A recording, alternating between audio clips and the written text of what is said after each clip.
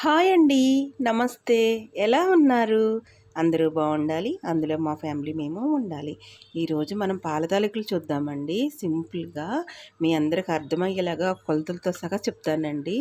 పాతకాలం నాటి పాల తాలికలండి. చాలా బావుంటది. తడిపిండితో కూడా చేస్తారండి. అది ఇంకా బావుంటది. ఒకసారి తడిపిండితో కూడా చూపిస్తాను. ఇప్పుడైతే పొడిపిండితో చేస్తున్నానండి. ఈ పొడిపిండి ఒక గ్లాసు, ఈ గ్లాసుడు తీసుకున్నాం కదండీ! అన్నీ మీకు మెజర్మెంట్‌తో చెప్తాను. ఈ గ్లాస్ గుర్తుపెట్టుకోండి. ఒక గ్లాస్ పిండి తీసుకుంటే, ఒక గ్లాసు వాటర్ పోసుకోవాలి. ఒక గ్లాసు బెల్లం ఏసుకోవాలి.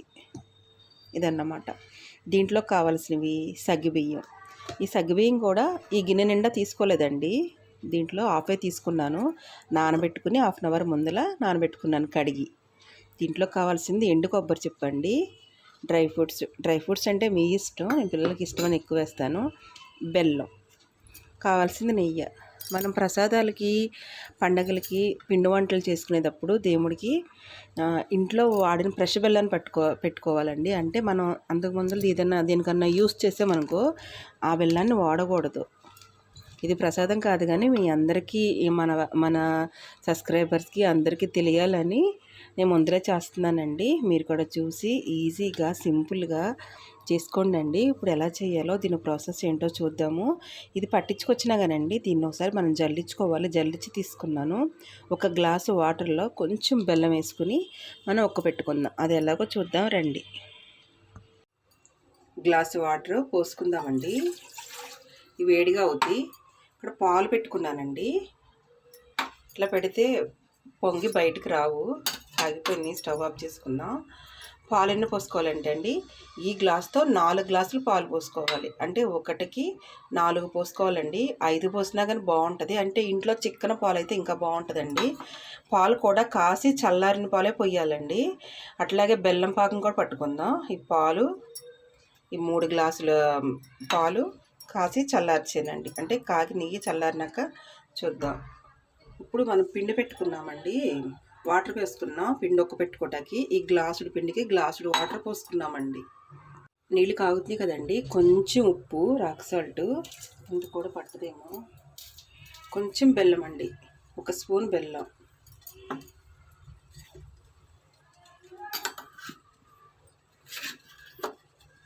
చూడండి, అంటే మనం చేసుకునేటప్పుడు ఉప్పుదనం చప్పదనం లేకోకుండా పాల తాలికలు మంచిగా ఉంటాయండి. ఉప్పు ఉంటుంది, అట్లానే చప్పగాను ఉండదు, స్వీట్గాను ఉంటుంది.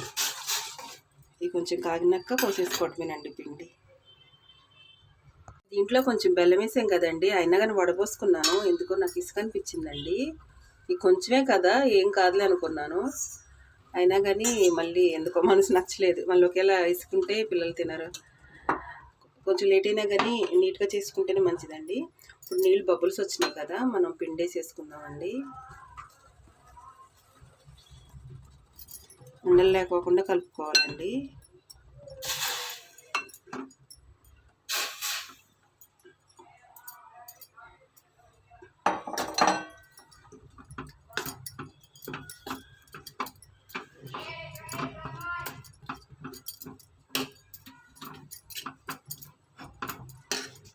ఉండగానే 1 స్పూన్ నెయ్యి వేసుకుందామండి. నెయ్యి వేసుకుని మంచిగా కలుపుదాము. ఇట్లా మేమైతే తీపి తక్కువ తింటామండి, మా పిల్లలు మేము. అందుకే ఇక్కడ తీసుకుంటున్నాను. మీరైతే కొంచెం నిండా కాకపోయినా కానీ ఇక్కడ తీసుకోండి. నేనైతే కొంచెం ఇక్కడ తీసుకున్నా.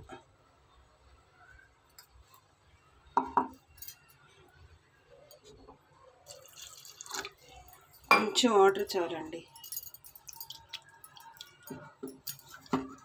ఈ బెల్లాన్ని కూడా ఇప్పుడు కాసి వడబోసుకున్నాక మళ్ళీ కద్దాం. ఎందుకంటే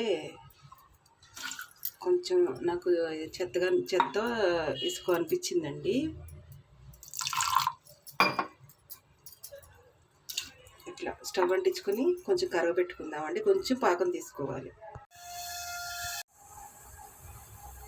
నానబెట్టి సగ్గుబియ్యం వేసుకుందామండి. నానబెట్టినవి 1 గ్లాసు వాటర్ పోసుకుందాం. ఒకళ్ళు అయితే 2 గ్లాసులు పోసుకుంటారండి. అంటే 1 గ్లాసు పిండికి 2 గ్లాసులు నీళ్లు, 4 గ్లాసులు పాలు పోసుకుంటారు. నేనైతే 1 గ్లాసు పిండికి 1 గ్లాసు నీళ్లు, 4 గ్లాసులు పాలు పోస్తానండి. నాకైతే మెజర్మెంట్ మంచిగా సరిపోద్ది. ఈ ఉడకాలండి. ఉడికే లోపల మనం తాలికలు చేసుకుందాం. మీకు అంతగా ఇంకా బాగా చిక్కగా కావాలనుకుంటే చిక్కగా అవుతుందండి. కావాలనుకుంటే ఈ గ్లాస్లోనే మళ్ళీ కొంచెం ఇక్కడికి వేసుకోండి, మీ ఇష్టం. ఇదైతే నాకు పర్ఫెక్ట్ కొలతండి. పిండిని ఈ ప్లేట్లో వేసుకుని మెత్తగా పిసకాలండి. ఇలా 2 స్పూన్లు నెయ్యి వేసుకుని మంచిగా కలుపుకున్నామండి. దీన్ని బయట పెడితే ఇంత తీసుకుని పక్కన పెట్టుకోవాలండి, ఎందుకంటే మనం లాస్ట్లో వేసుకోవాలి. తీసుకుని పక్కన పెట్టుకున్నాం. కొంచెం ఇట్లా తీసుకుని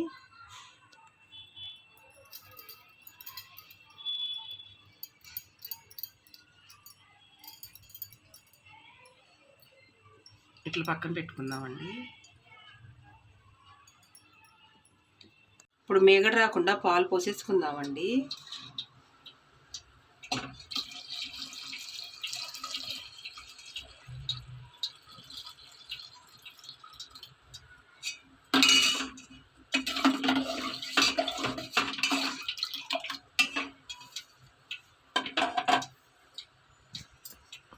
మనం చేసుకున్న పాల తలుకులండి. మనం వినాయక చవితి చేసుకుంటున్నాం కాబట్టి కొంచెం ఉండ్రల్లా చేసుకున్నామండి. ఇట్లా నెయ్యి రుద్దుకుని చేసామండి. ఇప్పుడు వేసేసుకుందాం. ఇట్లా సగ్బియ్యం ఉడికిపోయినాయండి.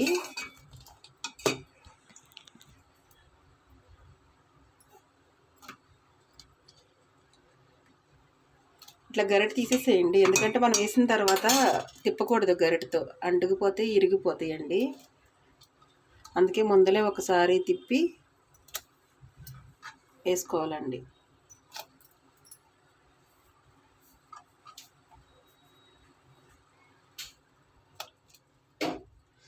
మనం ఉండ్రాళ్ళు చేసుకుంటున్నాం కదండి వినాయక చవితికి, మీకు చూపిస్తాక అందుకే ఉండ్రాళ్ళు చేశానండి.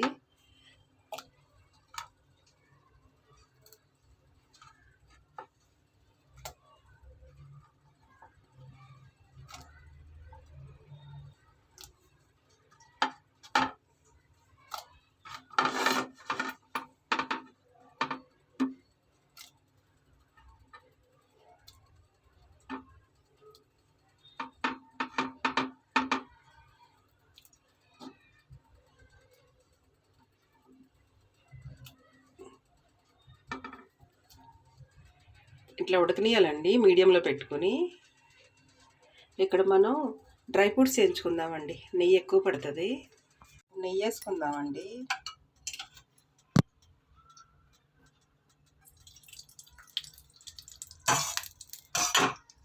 నెయ్యి అయితే ఎక్కువే పట్టిద్దండి. మనం కొబ్బరి ముక్కలు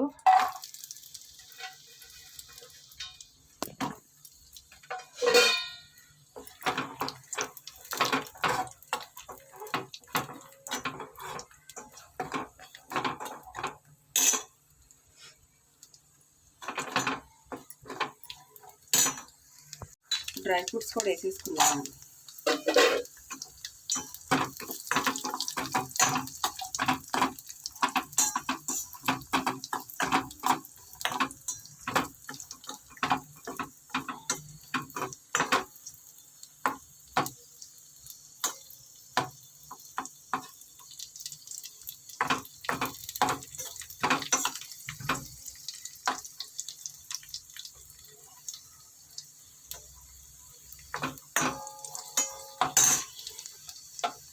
అయిపోయినాయండి, పక్కన పెట్టేసుకుందాం. ఇప్పుడు తాలికలు ఉడికినాయి లేదు చూద్దామండి. అప్పుడే 10 నిమిషాలు ఉన్న పడుతుందండి. ఇప్పుడు కొంచెం ఉడుకుండేను. ఇప్పుడు తిప్పుకుందామండి మెల్లగా, గరిట ఇరిగిపోకుండా. అడుగంటినయో లేదో ఇట్లా ఫస్ట్ పెడితే ఇరిగిపోతాయండి, అడిగేమంటలేదు. ఇట్లా ఇంకా ఉడకాలండి.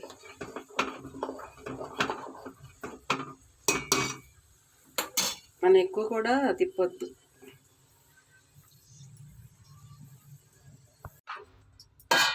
ఉండిపింకమ్మా. మనం కొంచెం పిండి ఉంది కదండి, కొంచెం చిన్న పిండి ముద్ద తీసుకున్నాం కదా మనం కలిపినట్లో. ఆ పిండి ముద్దలో కొంచెం నీళ్లు పోసి ఇట్లా పోసేసుకున్నామండి.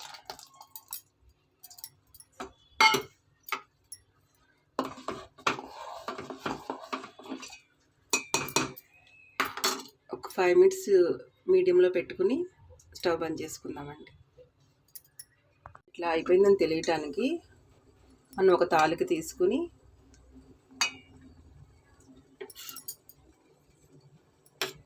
ఇట్లా కట్ చేద్దామండి. ఉడికిపోయింది.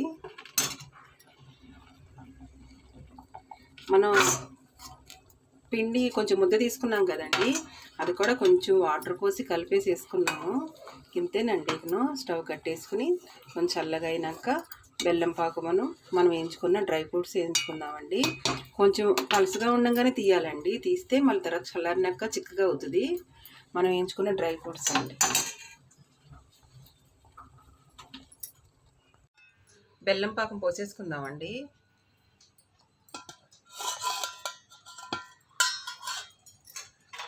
పాలన్నా చల్లగా ఉండాలండి, తాలికలు ఉండిందన్నా. బెల్లం పాకం అన్నా చల్లగా ఉండాలండి. రెండు వేడిగా ఉండగా పోయకూడదు. ఇప్పుడు మనం వేయించుకున్న డ్రై ఫ్రూట్స్ కూడా వేయించేద్దామండి. ఇది ఇలాచీ పౌడర్ అండి. ఇలాచీ పౌడర్ కూడా వేసేసుకుందాం. డ్రై ఫ్రూట్స్ కూడా వేసేసుకుందామండి.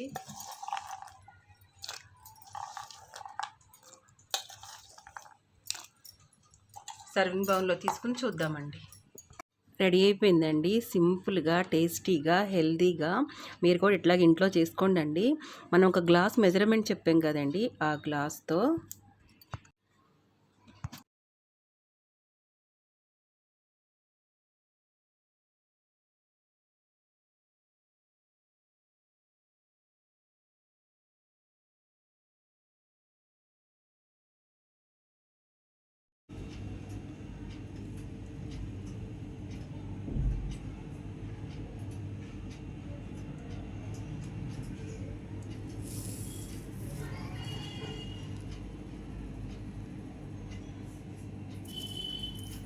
రెడీ అయిపోయిందండి పాల తాలికలు. ఇట్లా సింపుల్గా, హెల్తీగా, టేస్టీగా ఇంట్లోనే చేసుకోండి. వినాయక చవితికి నేను చేసిన ప్రసాదం మీ ఇంట్లో చేసుకోండి. మెజర్మెంట్ మనం ఈ గ్లాస్ చెప్పాం కదండి, మనం ఒక గ్లాసు పిండి తీసుకుంటే ఇదే గ్లాస్ వాటర్తో పిండి పెట్టాలండి. కొంచెం ఒక స్పూన్ బెల్లం వేసి దీంతో 4 గ్లాసుల పాలు, 1 గ్లాసు నీళ్ళు మంచిగా సరిపోద్దండి. నీళ్ళు అంటే సగ్గుబియ్యం ఒక చిన్న గిన్నె తీసుకున్నామండి. ఈయన సగ్గుబియ్యం తీసుకున్నాం. ఆ సగ్గుబియ్యం ఉడకతాక పోసామండి. ఈ నీళ్ళతో ఉడికిపోద్ది. ఇదైతే మట్టుకు పాలతోనే ఉడికిద్దండి. ఇట్లా సింపుల్గా, టేస్టీగా మీరు కూడా చేసుకోండి. వినాయక చవితికి కుడుములేసాము, వినాయక చవితి కదనని. అయితే ఇది చల్లారిన కొందుకు చిక్కగా అవుతుందండి. అందుకే కొంచెం లూజ్గా ఉండగా తీసుకోవాలి. ఇట్లా ఉందనుకుంటారేమో, తర్వాత చాలా గట్టిగా అయిపోతుందండి. మరీ అంత గట్టిగా అయినా కానీ బాగుంటుందని కొంచెం ముందలు తీసానండి నేను. ఇట్లా మీరు కూడా ఇంట్లో చేసుకోండి. అయితే మా పిల్లలు చిన్నప్పుడు ఇది తినిపిస్తున్నామండి. అప్పుడు మా అమ్మగారు పిండి కొట్టి చేసేవాళ్ళు. చేసి తినిపిస్తుంటే రామచిలుక వచ్చింది. ఇదేంటి అని పేరు అడుగుతున్నారు. వాళ్ళకి పాల తాలికలు అని చెప్తుంటే నోరు తిరగట్లేదు. అయితే చిలకొచ్చింది. చిలక కాడ కొంచెం ఇట్లా వేసాము. ఇట్లా వేస్తే తినలేదు, కొంచెం చూసి వెళ్ళిపోయింది. అప్పటి నుంచి ఇది ఏంటంటే మా పెద్ద పాప వచ్చి ఇది చిలక అమ్ము అని అంది, ఒక 2-3 ఇయర్స్ అప్పుడు. ఇక అప్పటి నుంచి ఇలాగ పాల తాలికలు అన్నా చిలకమ్మ అంటేనే తెలిసిపోద్దండి. పాల తాలికలు అంటే తెలియదు, చిలకమ్మ చెయ్యి అని అంటారు. ఇది అండి. మీరు కూడా ఇట్లాగే చేసుకుని వీలైతే కామెంట్ చేయండి. ఇండియా తెలుగు రుచులు చూసిన వాళ్ళందరూ నా ఛానల్ సబ్స్క్రైబ్ చేసుకోండి. ఎవరో కూడా అన్సబ్స్క్రైబ్ చేసుకోవద్దండి. నేను ఏ మెసేజ్లు పెట్టినా కానీ కనిపించలేదండి, అదే ప్రాబ్లం. ఎందుకో మరి తెలియట్లేదు. ఇట్లాగే మీరు చేసుకుని హ్యాపీగా వినాయక చవితి చేసుకోవాలని అందరికన్నా ముందులుగా హ్యాపీ వినాయక చవితి అండి. ఉంటానండి.